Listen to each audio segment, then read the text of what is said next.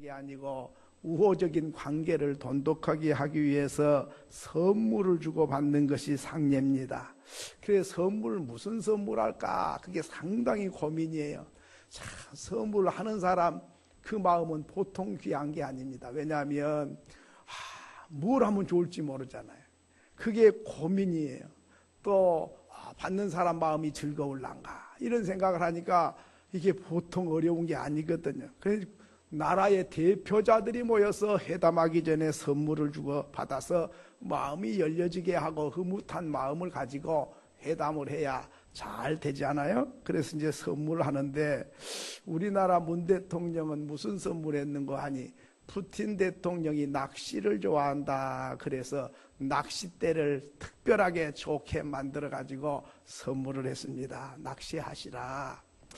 그랬더니 푸틴 대통령은 우리나라 문 대통령에게 무슨 선물했냐 하면 큰 검을 선물했습니다. 검 아시지요? 칼, 이만큼 큰 칼을 선물했어요. 그러니까 우리나라 정서는 그런 칼이나 총을 아무리 좋아도 정서가 좀 그렇지요. 그러니까 이게 이해가 잘 안 되는 거예요. 무슨 뜻으로 이 선물을 했을까? 이게 참 궁금하기 짝이 없는 거예요. 그리고 어떤 사람은 이제 해석을 각각 할 수 있으니까 자기 나름대로 해석을 한 거예요. 지금은 힘 있다고 그러지만 조심해. 칼을 줄 테니까 칼을 받아. 뭔가 경고성을 준 것 같기도 하고, 그러니까 선물 받으면서도 마음이 좀 찝찝이 좀 무슨 뜻으로 이걸 했는지 궁금한 거예요. 그러니까 직접은 물어볼 수는 없고, 그래서 이제 어떻게 아랫사람들을 통해서 이렇게 좀 뭔 의미가 담긴가를 궁금해서 알아봤더니 그 칼이 보통 칼이 아니에요. 이 검이 1800년도에 우리 조선시대 때 만든 칼인데 이게 미국으로 1950년대에 이제 흘러간 거예요. 그랬는데 이제 미국에서 러시아 사람이 이거를 가지고 있다가 러시아의 나라에다가 이게 바친 거예요. 야, 그 러시아 사람들도 그 보통 정신이 아니에요. 자기 돈으로 사가지고 그 뭐 한두 푼 한 것도 아닌데 이걸 사다가 가지고 있다가 자기 나라에다가 보관을 했다가 정상회담을 한다. 그러니까 이 칼이 조선시대 칼이니까 이거를 저 사람들은 돈 주고도 못 사온 건데 내가 갖다 놓은 걸 이걸 줘야 되겠다. 이렇게 하고 선물을 했다는 그 말을 듣고 보니까 이게 검을 준 게 이게 보통 선물이 아니다는 생각이 드는 거예요. 우리는 그냥 뺏겨 뿌리고 뭐 다 어디로 흘러간지도 모르는데 이걸 찾아다가 사다가 돌려주니까 이제 해석을 달리한 거예요. 조심해라. 칼이 내 손에 있다. 뭐 이런 식이 아니라 당신들이 잃어버린 주권과 권한을 내가 찾아준다. 이런 뜻이 들어있으니까 이게 칼 한 자루가 아니네. 이게 보통 선물이 아니네.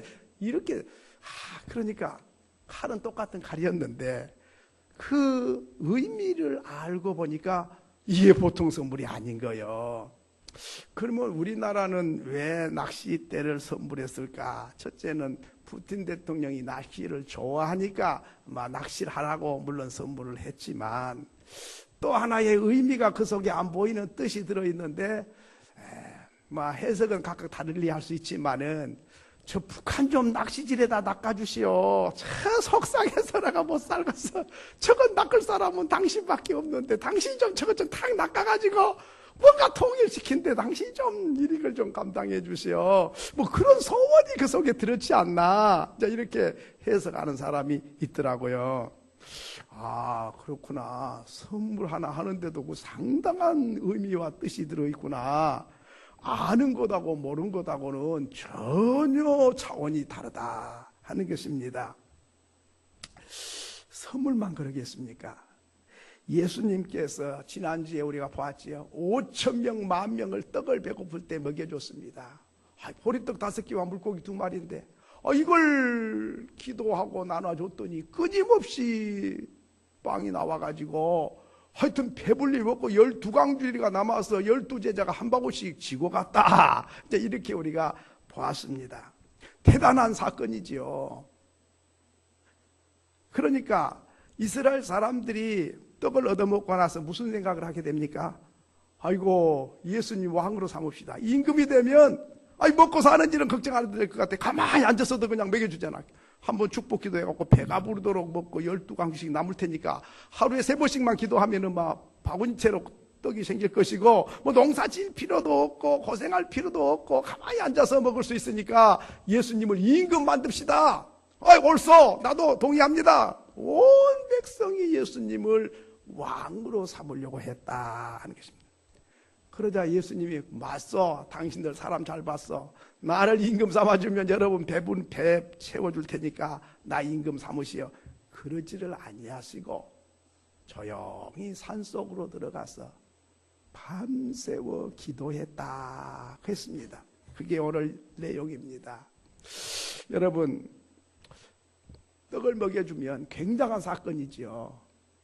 그렇지만은 몇 시간 지나니까 또 배고파졌어요. 기적이 아무것도 아니라 몇 시간 지나니까 먹은 거 소화되고 나니까 또 배고픈데 아무 소용없는 거예요. 잠깐 한 끼 밥 대접해 준 것밖에 아무 의미가 없어요. 그 사건을 통해서 주님은 우리에게 하고 싶은 말씀이 있는데, 그 말씀을 들으려고 하고 예수가 저분이 누군데 저분이 이 들판에서 우리 배고픈 사람들에게 기도해가지고 배가 부르도록 먹고 남도록 한 분, 이분이 도대체 누구냐? 그리고 무엇 때문에 이렇게 떡을 먹여주는 건가? 그 의미가 무엇이고 그 목적이 뭐냐? 그 숨은 뜻이 뭐냐? 이걸 알려고 했어야 되는 거죠. 그런데 백성은 그런 걸 알 필요도 없고 생각도 안 하고, 자우지간 이 배고픈 배 좀 채워주세요. 일 안 해도 먹고 살고 농사 안 지어도 먹고 살고 그냥 떵떵거리고 배고프고 수고할 필요도 없이 배불리 먹고 살 수 있도록 당신 왕 되시오. 이거밖에는 생각을 못했다 그 말입니다. 여기에서 참 수준이 차이가 나는 거죠. 배고픈 백성 배만 채워달라. 이 배 언제까지 채워야 돼요? 죽을 때까지. 그거는 채우고 나서 죽으면 뭐예요? 죽으면 이게 시신이 돼갖고 흙이 되는 것이고 재가 되는 것이죠. 그럼 당신 나 흙이 되고 재가 되는 거 이거 아무리 먹여주고 입혀줘 봐야 언젠가 죽고 흙이 될 건데, 흙을 위해서 당신 나 왕 되시오, 이거밖에 안 되는 거잖아요. 그걸 위해서 주님이 오셨다는 게 말이 안 되는 거잖아요. 그런데요, 좀 비슷한 사건인데, 예수님께서 갈릴리 호숫가에 오셨습니다. 제자들이 고기잡이 하는데 고기를 못 잡습니다. 예수님께서 깊은 데에 그물을 던져 고기를 잡으라 말씀합니다. 말씀에 의지하여 그물을 던지리다. 밤새도록 잡아봤는데 못 잡았지만 허탕일 줄 알지만은 당신이 말씀하니까 내가 한번 해볼게요. 해가지고 그물을 한 번 던졌는데 그물이 찢어지도록 고기가 잡혔다.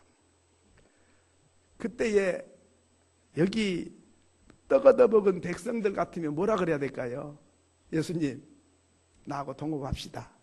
당신이 사장하세요. 그러면 내가 어디다 그물 던지라 그거 명령만 내리세요. 그러면 내가 가서 그물 던지면 찢어지도록 잡히면 5대5로 가르든지 4대6으로 가르든지 그냥 나눠먹기 합시다. 이렇게 말할 수 있잖아요. 똑같은 사건이잖아요. 그런데 이 백성들은 왕을 삼아서 내 배를 채워주는 임금 돼달라고 했는데, 베드로는 그렇게 말하지 않고 예수님 앞에 무릎을 딱 꿇었어요. 주님, 나를 떠나세요. 나는 죄인입니다. 아니, 고기를 잡아놓고 내가 죄인인 걸 알게 되고 이분은 보통 사람이 아닌 걸 알게 된 거죠. 수준이 다르잖아요. 내 배 채워주기 위해서 당신 왕 되셔야 하는 사람하고 무릎을 꿇고 내가 죄인이라고 고백하는 사람하고는 수준이 다르죠. 수준이.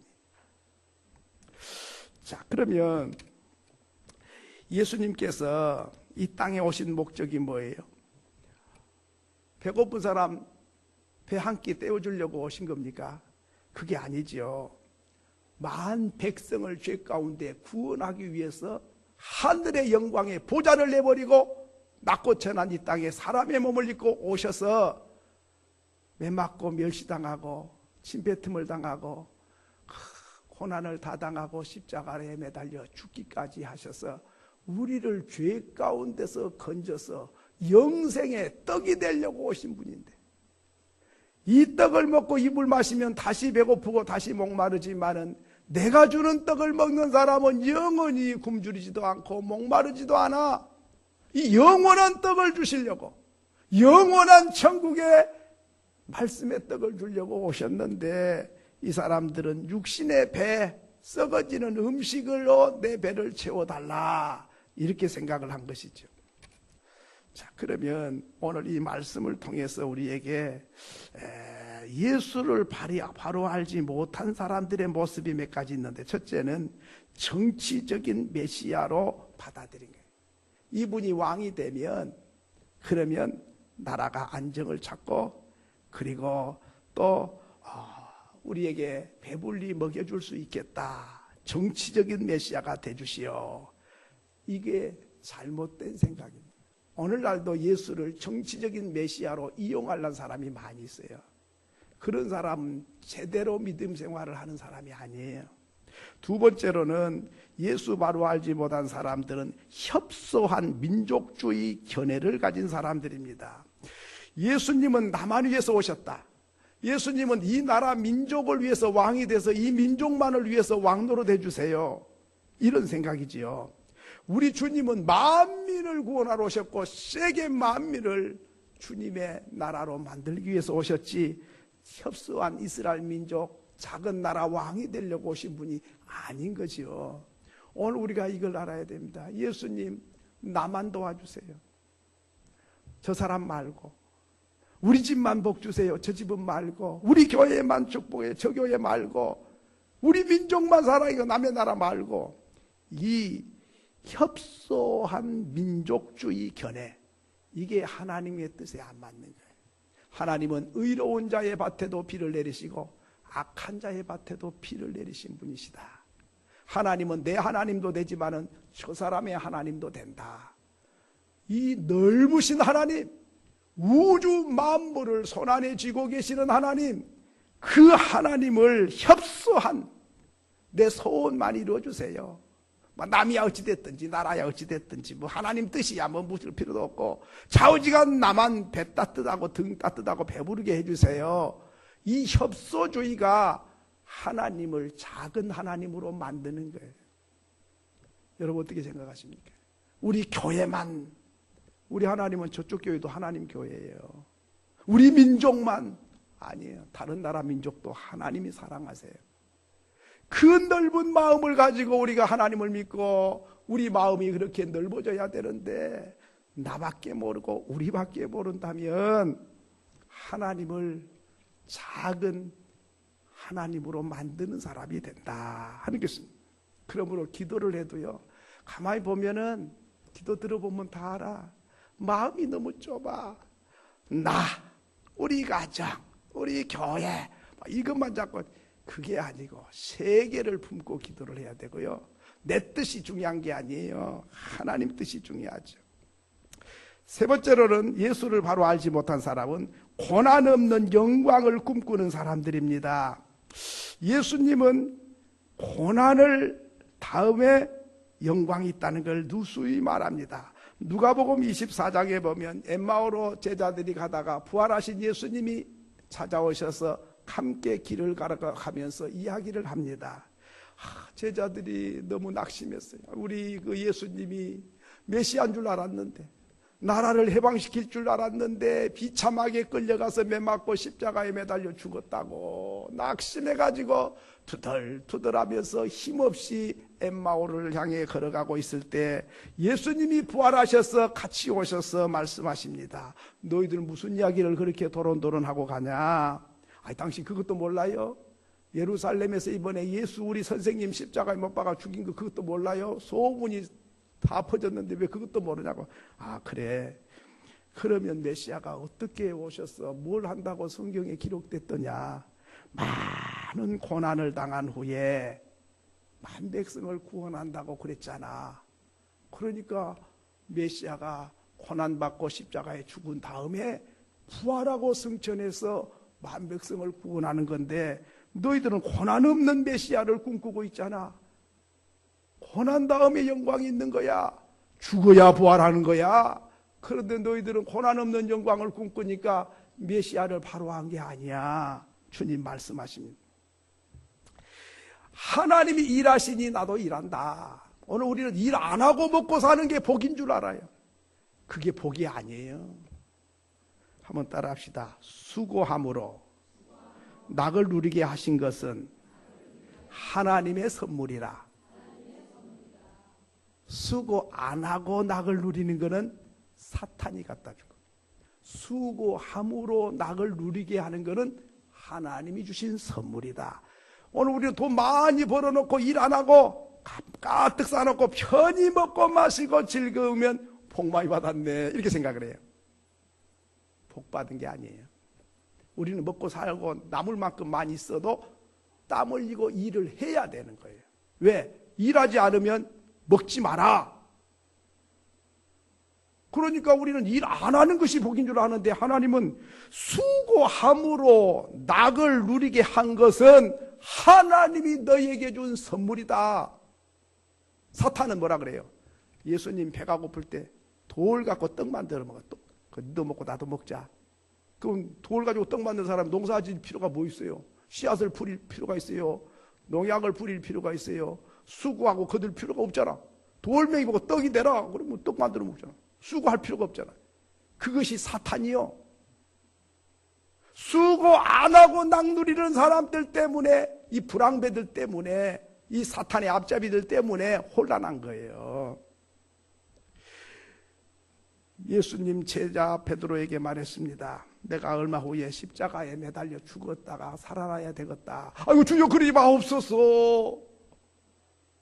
사탄아 내 뒤로 물러가라. 너는 나를 넘어지게 하는 사람이다. 하나님의 일을 생각하지 아니하고 사람의 일을 생각하는 도다. 아니 십자가 지지 말라니까. 사탄이다. 왜? 수고하고 죽어서 부활하는 것이 하나님 뜻이고, 수고하여 낙을 누린 것이, 구원한 것이 영광이고 하나님의 섭리인데 하지 말라? 하나님 뜻대로 하지 말라는 소리잖아. 그게 네가 사탄의 소리야. 이렇게 되는 거예요. 오늘 우리의 사고방식을 바꿔야 됩니다. 돈이 많건 적건, 내가 가진 게 있건 없건 수고 안 하고 먹고 살려고 하는 그 자신이, 그게 사탄이라니까요. 그러면 일부러 땅을 파야 되는가? 그게 아니에요. 할 일이 태산 같아요. 내가 돈이 있든 없든 하나님이 내가 살아있는 동안에는 하나님을 기쁘시게 하고 이웃을 내 몸처럼 사랑해야 될 것이 태산같이 쌓였어요. 그런 일을 안 하고 뭐 돈벌이만 위해서 하는 게 수고가 아니죠. 더 값진 거, 내 먹고 살라고 일하는 거, 그것도 물론 좋지만은 사는데 상관이 없는데도 하나님을 기쁘시게 하고 백성을 사랑하고 복음을 전하고 생명을 건지기 위해서 땀 흘려 일하는 사람, 이 사람이 하나님의 사람. 오늘 우리는 수고하면은 복받지 못한 사람으로 생각합니까? 잘못된 생각입니다. 그거는 사탄이 좋아하는 생각을 가진 거예요. 그래서 선진국들, 또 믿음이 앞서간 사람들, 참 기독교 국가들을 보면 있잖아요. 달라요, 사는 게. 왜? 자기를 위해서는 아껴. 근데 선한 일이고 좋은 일이라면 아낌없이 내놓는 거예요. 아낌없이. 자기는 햄버거 하나 먹고 한 끼 때우고 막 그래요. 돈이 많은데. 그런데 애들이 돈이 없어 공부를 못한다든지, 악기는 잘하는데 재주는 있는데 악기 살 돈이 없다든지, 수억짜리를 사다가 빌려줘. 네가 잘해갖고 배워가지고 우리 많은 사람을 기쁘게 행복하게 해주라고. 와, 이 생각이 전혀 다른 거예요. 우리 같은 바보 같아. 자기 먹고 떵떵거리지 그 아까운 돈을 갖다가 그렇게 갖다 주는가 싶은데, 그게 옳은 거예요. 왜? 어차피 가져갈 것도 아닌데, 어차피 하나님 것인데, 하나님 기쁘시게 하고 많은 사람에게 기쁨과 희망을 주는데 내가 쓴다. 이게 얼마나 복받는 사람의 생각이냐 이 말이죠. 그리고 월급, 이 임금을 줘서 하나님의 일하는 사람 별로 없어요. 왜? 돈 많은 사람, 시간 많은 사람이 교회에 봉사하겠다고 줄 서 있어요. 목사님, 나 뭐 일 좀 시켜줘요. 나 일이 없어 심심해 죽겠어요. 하나님 기쁜 일을 하고 싶은데 어떻게 하면 좋을까요? 그럼 교회에서 지금은 핸드폰이 있지만 교회에 전화 받는 일이라서 좋지요. 내가 정확하게 아침부터 저녁까지 와서 친절하게 전화 받는 거예요. 무슨 교회입니다. 무슨 일로 전화하셨습니까? 예, 그 전해드리죠. 예. 그러면서 보람인 거예요. 야, 하나님 교회 내가 전화 담당 요원이다 이게. 하나님 나를 이렇게 써주셨다. 나이가 많고 써줄 데가 없다 그러면 뭐한지 아십니까? 아이고 목사님 나는 나이도 많으니까 은퇴를 해갖고 할 것도 하나도 없어요. 주보를 나눠주는 거죠. 주보도 집사님들이 안 내오니 다 하니까 할 게 없어요. 그러면 주보를 저 편지함에다가 꽂은 거 그런 거 하세요. 그렇게 할게요. 주보를 남은 걸 가지고 편지함에다가 그냥 꼽는 게 아니고 그 편지 교회에서부터 통성으로 기도하고 편지함 앞에 가갖고는 무릎을 꿇고 하나님 이 편지함에다가 주보를 꼽는데 이 주보를 보는 사람 마음이 성령의 감동으로 뜨거워지고 타락한 사람 다시 회복이 되고 약한 사람 믿음이 강해지고 안 믿는 사람 믿고 싶은 마음이 생기게 해달라고 간절히 기도를 그리고 거기다가 꼽니다.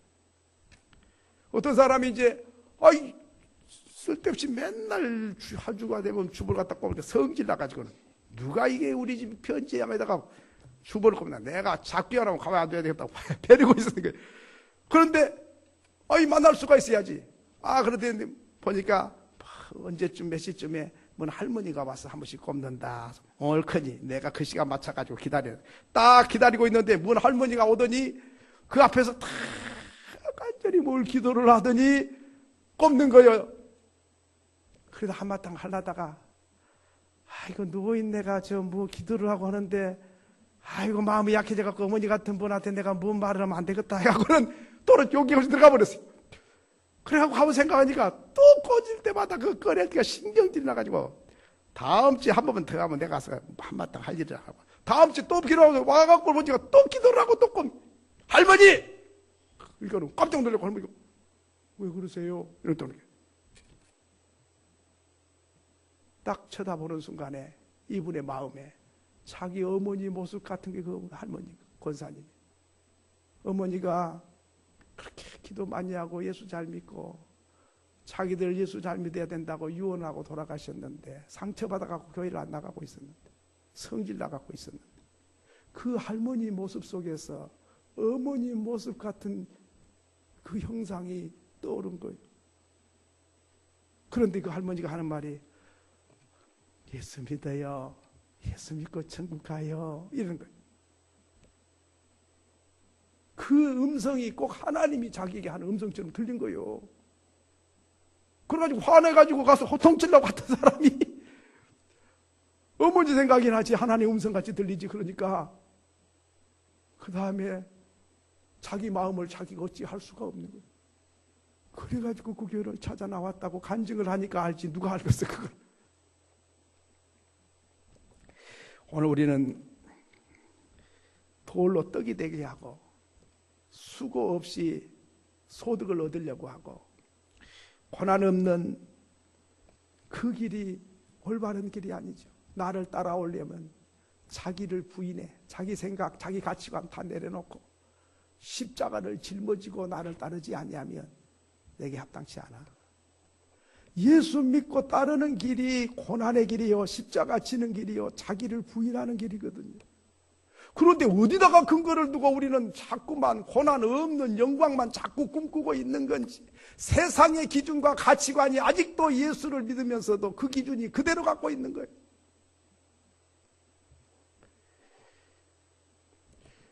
그리고 메시아니즘이 바로 예수를 잘 알지 못하는 사람입니다. 메시아니즘, 메시아 왕국. 예수님이 왕이 되면 전쟁도 없고 기근도 없고 질병도 없고 병 거두면 예수님 다 고쳐줘 버리고 배고프면 떡 다 만들어줘 버리고 뭐 고난 풍랑 일어나면 잔잔히 해버리고 이야 예수님 왕이 되면 유토피아가 건설될 거다. 이런 걸 꿈꾸고 예수님을 왕으로 삼으려고 했다.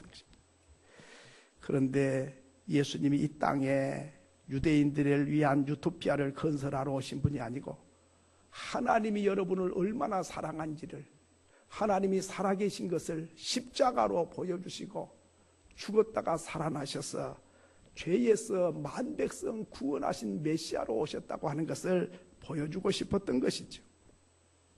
그러면 올바른 믿음은 경계해야 될 게 몇 가지가 있다. 첫째는 우리 믿는 사람은 신앙의 정치화를 막아야 됩니다. 무슨 말인 거 아니? 정치를 신앙적으로 하는 건 좋아요. 정치도 믿음으로 말씀으로 하는 게 좋지요. 그런데 신앙을 정치화시키는 거예요. 성경을 이용해서 정치를 하고 믿음을 빙자해서 정치를 하면 이건 위험한 것이죠. 그 예가 있습니다. 그 예가 옛날 구소련 스탈린 같은 사람들. 이런 사람들은 예수 믿는 목사예요. 목사가 공산당 서기장이 돼가지고 공산주의를, 나라를, 성경을 가지고 공산주의를 만든 거예요. 바로 그것이 신앙의 정치화예요. 이게 잘못된 거거든요. 왜냐하면 스탈린이 목사니까 성경 잘 알잖아요.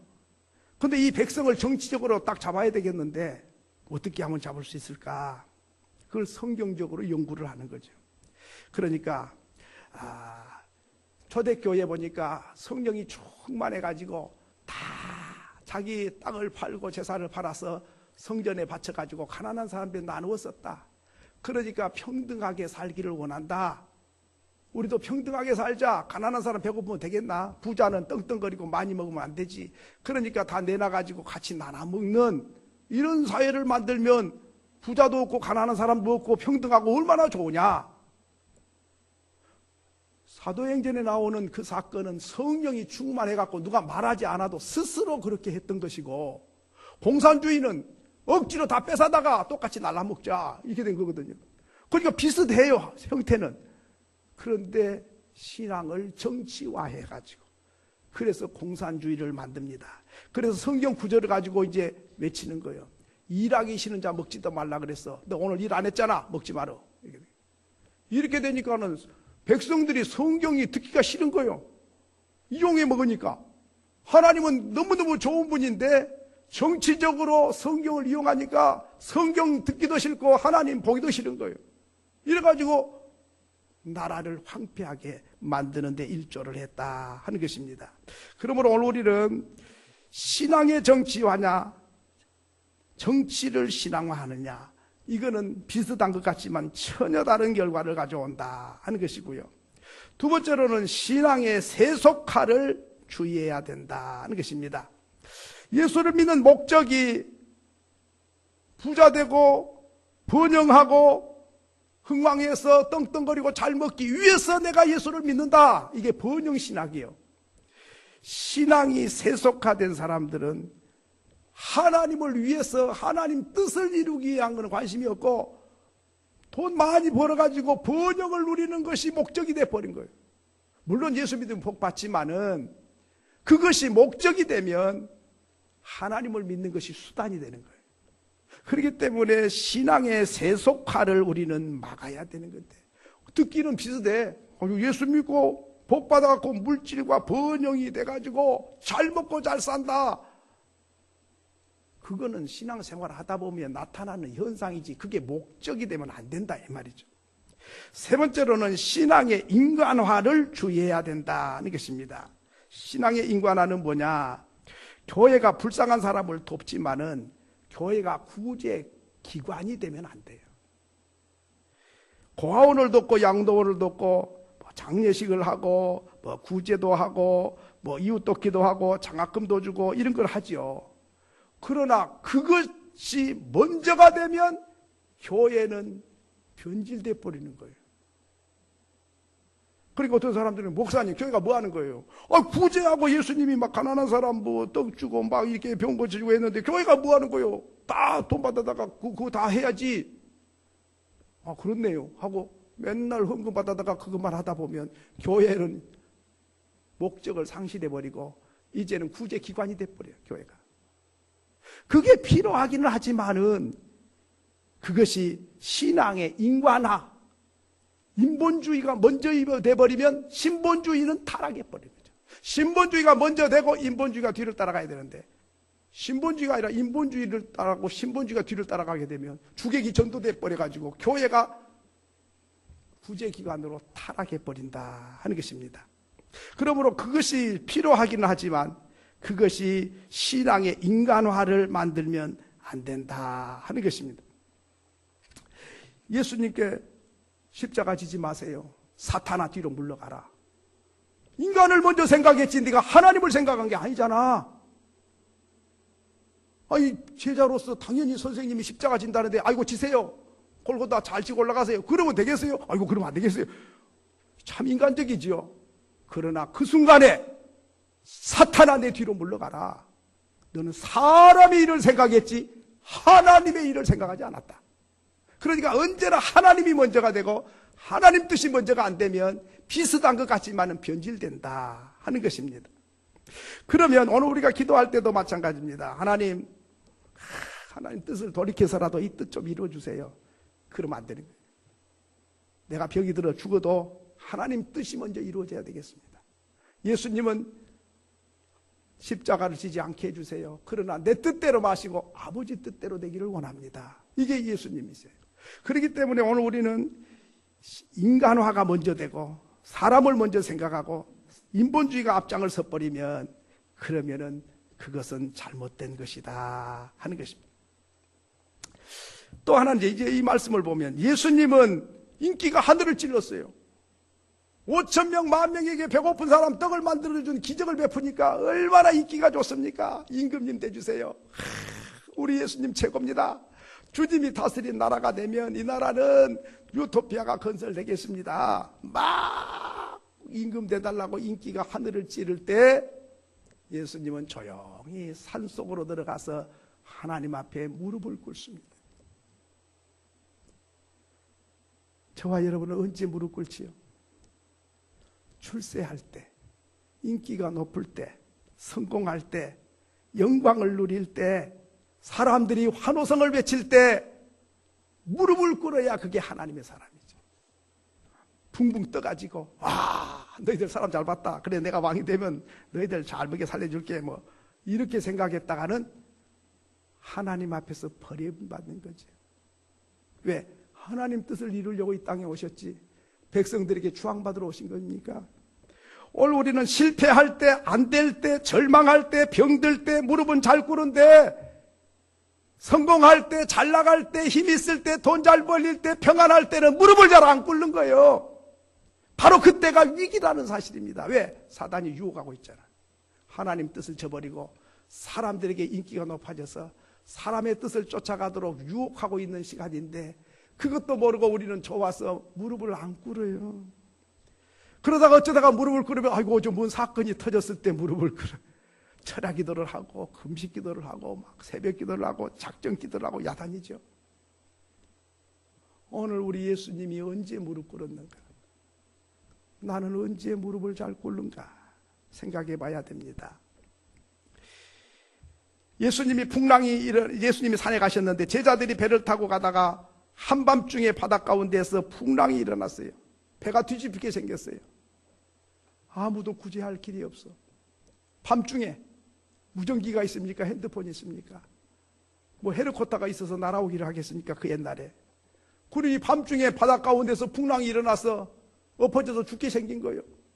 얼굴이 다 제자들이 노래졌어요. 예수님이 제자들을 지금 건너편으로 건너가라 해놓고 산에 가서 기도하고 있는데 제자들이 바다 가운데서 이렇게 풍랑을 만났으니 어떻게 해요? 그런데 예수님이 그 바다 가운데로 밤중에 걸어오시게 됐다는 것입니다. 아니 제자들이 보니까 예수님이 걸어오는데 어휴 이제 귀신이 나타난 줄 알았어요. 풍랑 만나서 정신이 없는데 바다 가운데 새카만 그림자가 보이는데 이 귀신이 나타난 줄 알았어요. 그런데 예수님이 내가 왔으니 두려워하지 마라. 하이 가만히 정신 차리고 보니까 예수님 음성이 예수님이 걸어오고 계십니다. 얼마나 반가웠겠어요. 주님을 배 안에 모셨습니다. 그리고 바람과 바다를 꾸짖어서 잔잔케 하셨습니다.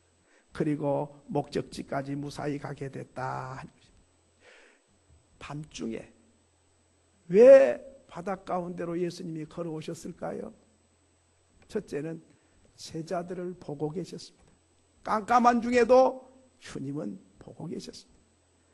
그런데 왜 걸어오셔야만 했지요? 배가 없으니까. 배가 있어도 밤중에 뜰 배가 없고 풍랑이 일어서 떠다니는 배도 엎어지게 생겼는데 누가 배로 거기까지 갑니까? 그러니 예수님은 맨발로 바다 위를 밤중에 걸어오시게 됐다 하는 것입니다. 우리 주님은 안 보여도 오십니다.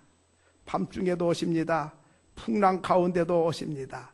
우리 주님은 어떤 분인가? 시편 139편 1절로 10절에 보면 우리 하나님은 이런 분이다 했습니다. 한번 찾아보겠습니다. 시편 139편 1절부터 10절까지 아주 중요한 내용인데요. 그 한번 우리 같이 한번 읽겠습니다. 시작.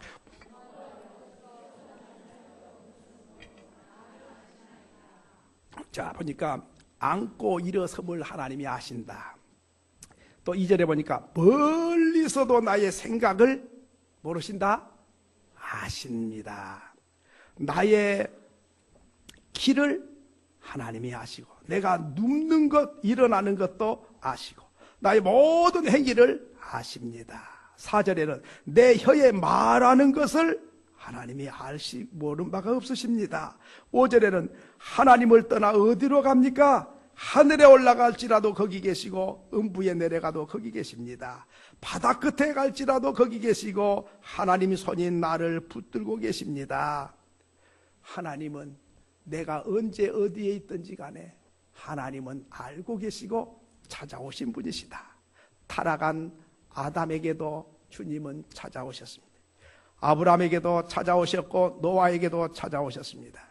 주님은 다윗에게도 찾아오셨고 모세에게도 찾아오셨습니다. 베드로에게도 찾아오셨고 바울에게도 찾아오셨습니다. 그 하나님은 저와 여러분을 언제라도 찾아오시는 분이시다 하는 것입니다. 두 번째로는 두려워하지 말라 하십니다. 오늘 우리 예수님을 믿는 사람은 두려워할 게 없어요. 사람들이 아무리 강심장이라도 죽음 앞에서는 두려워합니다. 그런데 저와 여러분은 강심장보다 더 강심장이에요. 왜? 죽음 두렵지가 않아. 눈 감았다가 뜨면 천국에 바로 들어가 있을 거거든. 세상의 고통과 아픔과 슬픔과 수고가 다 끝나고 영원한 천국이 바로 들어가기 때문에 죽음도 두려워하지 않는 것이 하나님의 백성입니다. 그리고 예수님을 기쁘게 영접을 했습니다. 기뻐서 배로 영접하니 예수를 믿어도 기뻐서 믿는 사람이 있고 안 기뻐서 믿는 사람도 있어요. 기뻐서 예배하는 사람이 있고 기쁘지 않는 마음으로 예배하는 사람도 있어요. 즐거운 마음으로 헌금을 하는 사람이 있고 아까운 마음으로 헌금을 하는 사람도 있습니다. 감사함으로 찬송하는 사람도 있고 참 가사가 있으니까 그냥 따라 부르는 사람도 있죠.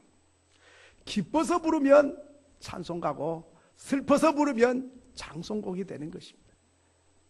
여러분, 우리가 기쁜 마음으로 예배하지 않으면 이 예배는 하나님 앞에 영광이 안 되는 거예요. 여러분, 누가 뭐 선물 줄 때 막 성질나 갖고 막 주기 싫은데 막 억지로 주면은 받고 싶습니까? 안 받고 싶어요. 기뻐서 어쩔 줄을 몰라주면은 받으면서도 기쁘지요. 하나님께 우리가 찬송하고 예배하고 충성하고 헌신하는 것이 감격해서 나 같은 죄인을 위하여 주님이 십자가에 피 흘려 죽으셔서 나를 건졌는데 내가 무엇으로 보답할 수 있을까요? 그런 마음으로 할 때에 하나님은 기쁘게 받지만은 아이고 하나님 욕심도 많게 맨날 주일마다 나오라 그러지 나만 일만 시켜먹고 에이 성질 나가지고 안 나갈 수도 없고 이런 식으로 무슨 일을 하면 하나님은 우리의 중심을 보시고 그렇게도 나를 위해서 살기가 싫으냐? 그만둬 하지 말고 가만히 있어라. 투덜거리면서 한 것보다 안 한 게 차라리 낫다. 그렇게 생각할지도 몰라요.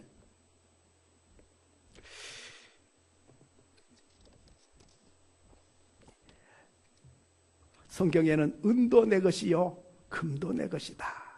인간의 흥망성쇠가 하나님 손에 있다. 나의 갈 길 다 가도록 예수가 인도하신다. 어려운 일 당할 때도 족한 은혜 주시는 분이시다. 주님이 바다 위를 걸어오셔서 밤중에 그들을 배에 타시고 함께 목적지까지 인도해 가시는 주님, 바로 그 주님이 우리가 믿는 예수 그리스도십니다. 그분을 마음에 모시고 기쁜 마음으로 주님 사랑하고 섬기며 살아가는 저와 여러분이 될 수 있기를 소원합니다. 예.